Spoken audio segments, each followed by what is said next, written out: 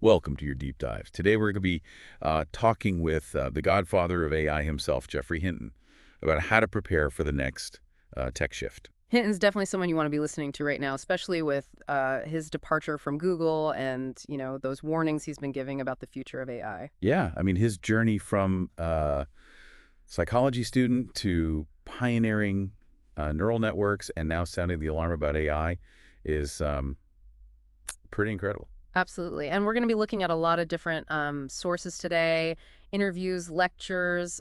We even have some debate recaps, all centered on Hinton's views and how they connect to what other leaders are saying, like Fei-Fei Li at Stanford. Okay. So Hinton keeps bringing up this turning point back in 2012 with this competition called ImageNet. It sounds like that was a pretty big moment for AI. ImageNet was this huge database of labeled images that became like the testing ground for different AI approaches. Hinton's team used something called deep neural networks, and they kind of blew everyone else out of the water. So is that when things really took off? Yeah, he mentions struggling to get funding for neural network research for years, and then all of a sudden everyone wanted in. It makes you think about all those times companies missed out on huge opportunities. Like, imagine if BlackBerry had understood where things were headed with smartphones. It's a classic example of how fast an industry can be reshaped. And what's fascinating is that even Hinton admits he didn't fully grasp how important something called the transformer model would be. Wait, so these transformers are what led to those language models we see everywhere now, like ChatGPT. Yeah. It's kind of mind-blowing that even the experts could overlook something that important. Right. So what are these transformers exactly? And Okay. what makes them so special? Okay. So think of transformers like superpowered translators for computers. Okay. They can understand and generate text in a way that just wasn't possible before. Oh, wow. And this was this huge leap forward. But it also brings us to one of Hinton's most unsettling points, the concept of digital intelligence. Yeah, he actually compares AI to, like, Greek gods, powerful beings operating on a completely different plane of existence. And that makes me think, I mean, if AI is really that different from us, it might not have the same goals or motivations or even concept of time that we do. Exactly. And because digital intelligence isn't tied to a physical body, it can essentially live forever. It can be copied, backed up, Yeah. run on different hardware. Mhm. And that brings up some big questions about, control and who has the power. Yeah. Hinton even suggests that humans might just be the bootloader for some new dominant form of intelligence. Right. Okay, that's pretty intense. This deep dive is already making me rethink that career shift I'm planning. So if Hinton's right about this massive increase in productivity that's driven by AI, how should I be thinking about, like, the job market? Well, he does predict a lot of job displacement, but he also says it's not as simple as some jobs disappearing and others staying the same. Think about when pocket calculators came out. Yeah. People worried they'd make kids worse at math. But really, they just changed how math was done. Okay. So instead of asking, will this job exist? The better question is, how will this job be transformed by AI? Exactly. And Fei-Fei Li, who actually created that ImageNet data set we talked about, she's been advocating for something called human augmentation. That means figuring out how AI can, assist us rather than just replacing us. Okay, that's definitely a more optimistic way to look at it. Yeah. But how do we make sure that happens? Like, who's steering this ship? Well, both Hinton and Lai, they're pushing for the government to get more involved, and not just in terms of regulating potential harms. They're saying we need to incentivize, responsible AI development and invest in the public sector's AI capability. So Hinton's not just calling for, like, philosophical debates about AI ethics. He wants to see companies actually doing real-world experiments to figure out how to control AI before it, becomes too powerful. Right. Okay, so that sounds like a good place to pick up next time. It, We get a lot more to unpack, mm, and I want to make sure we have time to connect all of this back to your specific situation. right. And I'm sure you have some questions about, what specific skills you should be developing and how to prepare for this, AI-powered future. Yeah, definitely. So join us next time as we continue our deep dive into the world of AI and what it means for your future. It's going to be great. It is a good place to pick up. But before we jump back into Hinton's journey, I think it's important to talk about some of the, bigger societal implications of AI. We've kind of touched on this here and there, but I think it's worth exploring a little more in depth. Okay, yeah, I'm definitely interested to hear your thoughts on that. What are some of those key societal issues we need to be thinking about? Well, one of the biggest issues is, AI making existing inequalities even worse. Hmm. AI systems, they're trained on data that often reflects the biases that we already have in society. So if we're not careful, those systems can, perpetuate and even amplify those biases. So it's like garbage in, garbage out. Exactly. If you train AI on biased data, you're going to get biased results. Right. And that could have some serious consequences for, individuals and even society as a whole. Okay. Yeah, it's starting to see how that's a really important issue. But how do we prevent that? How do we prevent AI from just, continuing those biases? It starts with awareness, Okay. We need to recognize that bias exists in pretty much all data, and then we need to be very intentional about mitigating it. So being really mindful about the data we're using to, train these AI systems. Exactly. And also about making sure that we have a lot of different perspectives involved in developing AI. Huh. We need to make sure that the teams building and deploying these systems represent a wide range of, backgrounds and experiences. Okay. Yeah, that makes sense. What other societal issues are you kind of concerned about? Well, another big one is job displacement. Yeah. As AI systems keep getting more sophisticated, they're going to be able to automate more and more tasks. And that could lead to, a lot of people losing their jobs. Yeah, that's definitely a scary thought. Uh, What can we do to prepare for that? Well, I think we need to start thinking about how we can retrain people for the jobs of the future. Okay. And we need to look at policies like, universal basic income, things that could provide a safety net for people who, are displaced by automation. Okay. So being proactive and trying to find solutions that work for everyone. Exactly. And just recognizing that, everyone should benefit from AI, not just a select few. Right. Right.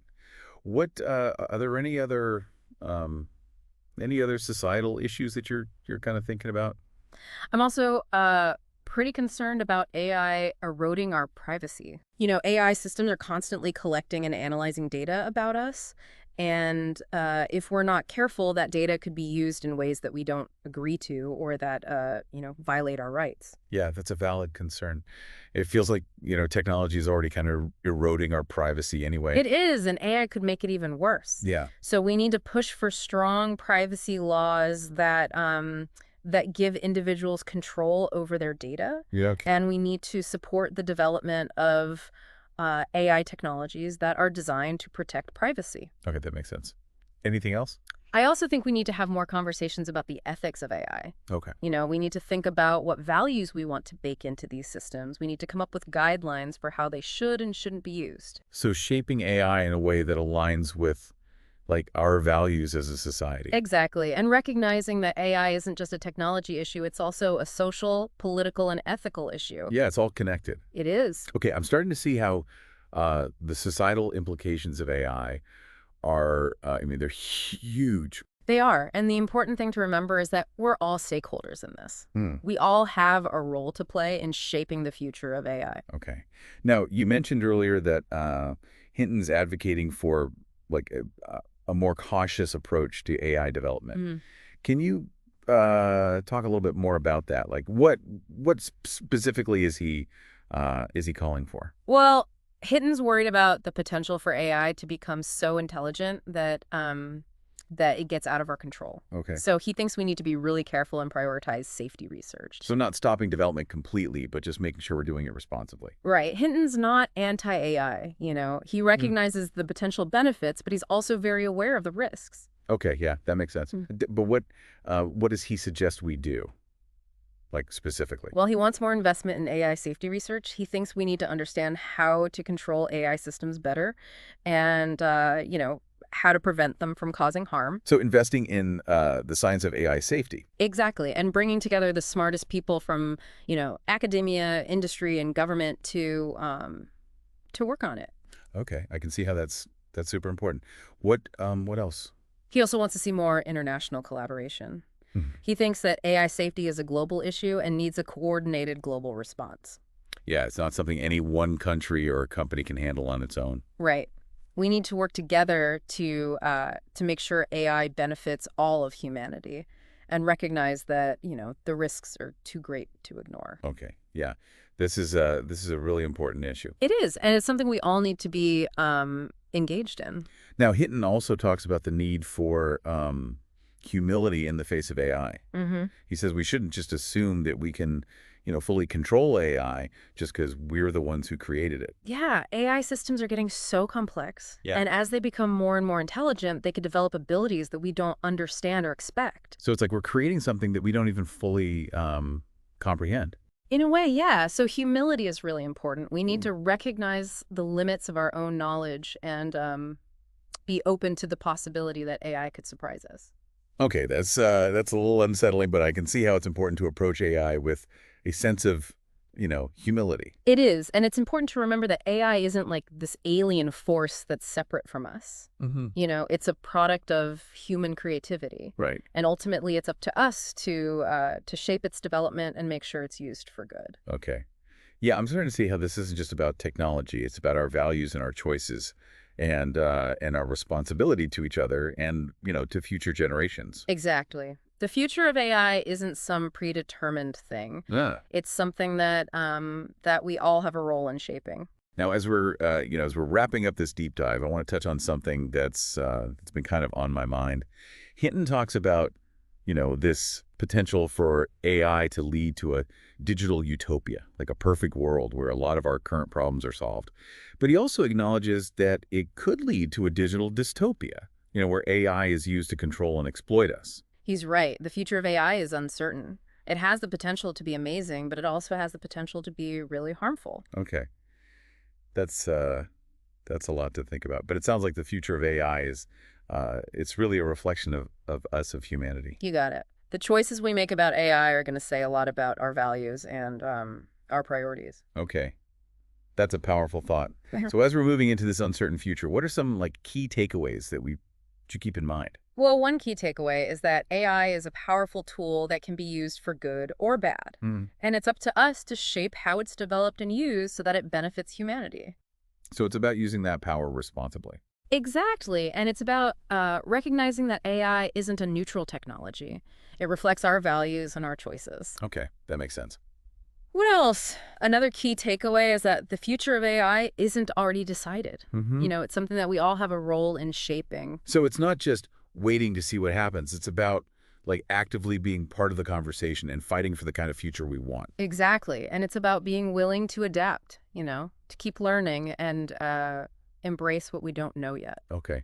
Yeah, I'm starting to feel a little bit more empowered. It's not about being afraid of the future. It's about being open to all the possibilities and working together to create a better world. That's the spirit. And remember, Hinton himself is a good example of someone who isn't afraid to speak his mind, to challenge assumptions, and to fight for responsible AI development. We can all learn from that.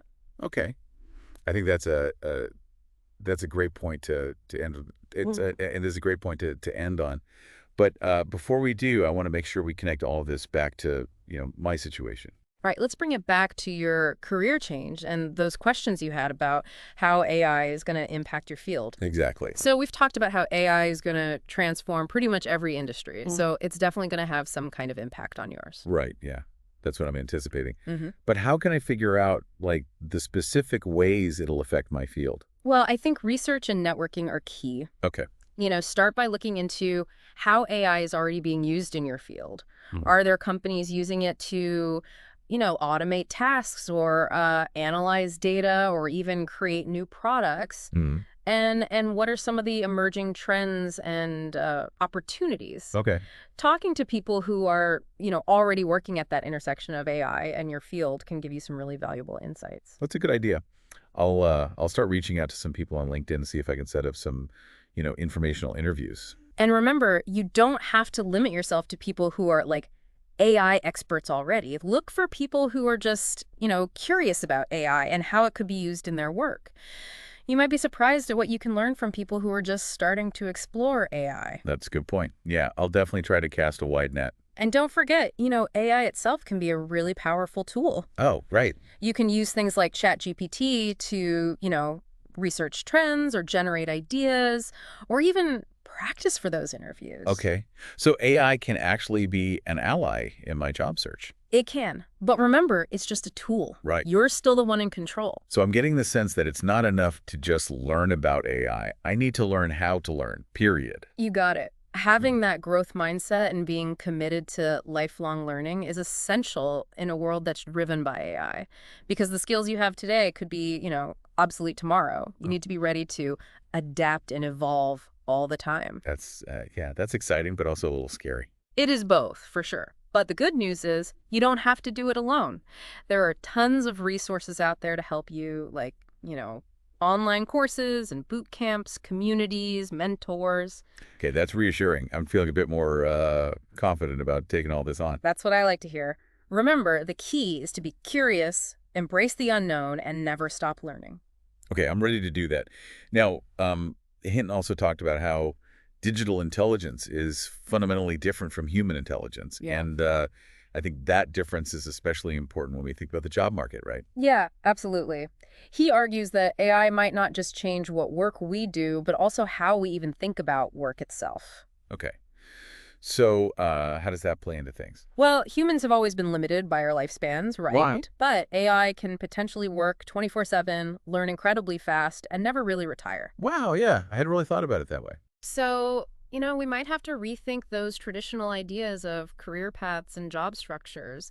Instead of shooting for a specific job title, maybe we should be focusing more on building flexible skill sets that let us adapt to, the constantly changing needs of the market. So it's not about clinging to one specific role. It's about being able to contribute in different ways as AI changes things. Exactly. And it might be less about working for a company and more about collaborating on projects or offering your skills as a freelancer. AI could even help us manage those, complex and constantly changing work arrangements. Okay, that's a lot to consider. Yeah. So what are some concrete steps I can take right now to get ready for that kind of future? Well, Hinton really emphasizes building a strong network. And he doesn't just mean collecting LinkedIn connections. He means finding people who are, also wrestling with these big questions, people who are willing to share what they know and who can help you navigate this uncertain landscape. Yeah, that makes a lot of sense. It's almost like building a support system while we all try to figure this out together. Exactly. And don't underestimate just staying informed. Read articles, listen to podcasts, go to webinars, anything that helps you stay up to date on AI and how it's affecting your field. Okay, yeah, that feels manageable. So it's about learning the basics, changing my mindset, building a network, and just staying curious. That's a great summary. And remember what Hinton said about humility. He was wrong about how fast AI would develop, and he's not afraid to admit it. Right. It's a good reminder that we're all learning as we go, and it's okay to change your mind when new information comes up. That's a really good point. This deep dive has definitely given me a lot to think about. It's a little daunting, but also kind of exciting. It feels like we're on the edge of something huge, something that could really change the world. And even though there are risks, there's also amazing potential. I think that's a great takeaway.